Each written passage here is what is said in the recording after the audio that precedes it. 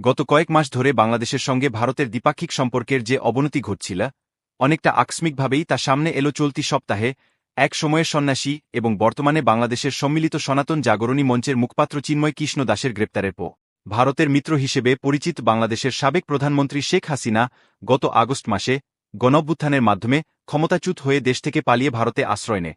তারপর থেকে ভারতেই আছেন তিনি। কিন্তু ভারতে তার এই অবস্থান বাংলাদেশের বর্তমান অন্তর্বর্তীকালীন সরকারের সঙ্গে নয়াদিল্লির সম্পর্কে জটিল ও বৈরী করে তুলছে।